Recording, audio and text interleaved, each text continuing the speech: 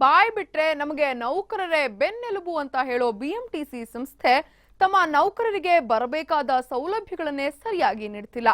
ಹಗಲು ರಾತ್ರಿ ಅನ್ನದೇ ದುಡಿಯುವ ನೌಕರರಿಗೆ ಯೂನಿಫಾರ್ಮ್ ನೀಡದೆ ನಿಗಮ ನಿರ್ಲಕ್ಷ್ಯ ತೋರಿದೆ. ಇದರ ಬಗ್ಗೆ ಕಂಪ್ಲೀಟ್ ಸ್ಟೋರಿ ಇಲ್ಲಿದೆ. 32,000 ಬಿಎಂಟಿಸಿ ನೌಕರರಿಗಿಲ್ಲ ಯೂನಿಫಾರ್ಮ್.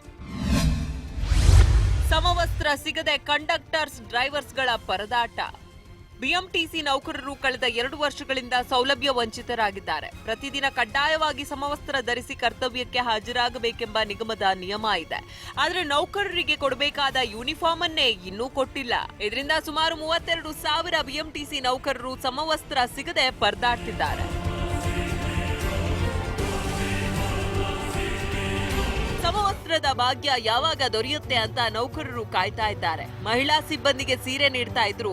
ಆದ್ರೆ ಮಹಿಳಾ ಸಿಬ್ಬಂದಿಗೆ ಸೀರೆ ಹಾಕಿ ಕೆಲಸ ಮಾಡೋದಕ್ಕೆ ಕಂಫರ್ಟ್ ಇಲ್ಲದೆ ದೂರು ನೀಡಿದ್ರು. ಹೀಗಾಗಿ ಸೀರೆ ಬದಲು ಚೂಡಿದಾರ್ ಕೊಡೋದಕ್ಕೆ ಚಿಂತನೆ ಮಾಡಿದ್ದ ನಿಗಮ 2 ವರ್ಷವಾದ್ರೂ ಸೀರೆ ಚೂಡಿದಾರ್ ಯಾವುದನ್ನೂ ಕೊಟ್ಟಿಲ್ಲ.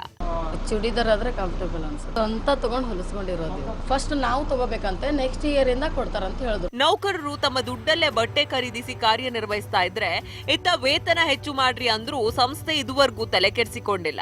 ಈಗ ಕರಿತಾ ಇದ್ವಿ ನಾವು ತಕ್ಷಣ ಪೊಲೀಸ್ ಅವ್ರ ಜೊತೆ ಯಾವ ತರ ಪೊಲೀಸ್ ಡಿಪಾರ್ಟ್ಮೆಂಟ್ ಮಾಡಿದ್ದು, ಸೊ ಅದೇ ಸ್ಪೆಸಿಫಿಕೇಶನ್ಸ್ ತಗೊಂಡು ನಾವು ಮಾಡ್ತಾ ಇದ್ವಿ. ಒಟ್ನಲ್ಲಿ ಸಂಸ್ಥೆಗಾಗಿ ಹಗಲಿರುಳು ದುಡಿಯುತ್ತಿರುವ ನೌಕರರಿಗೆ ಅಧಿಕಾರಿಗಳು ಯಾವುದೇ ರೀತಿಯ ಸಮಸ್ಯೆಗಳಿಗೆ ಸ್ಪಂದಿಸ್ತಾ ಇಲ್ಲ.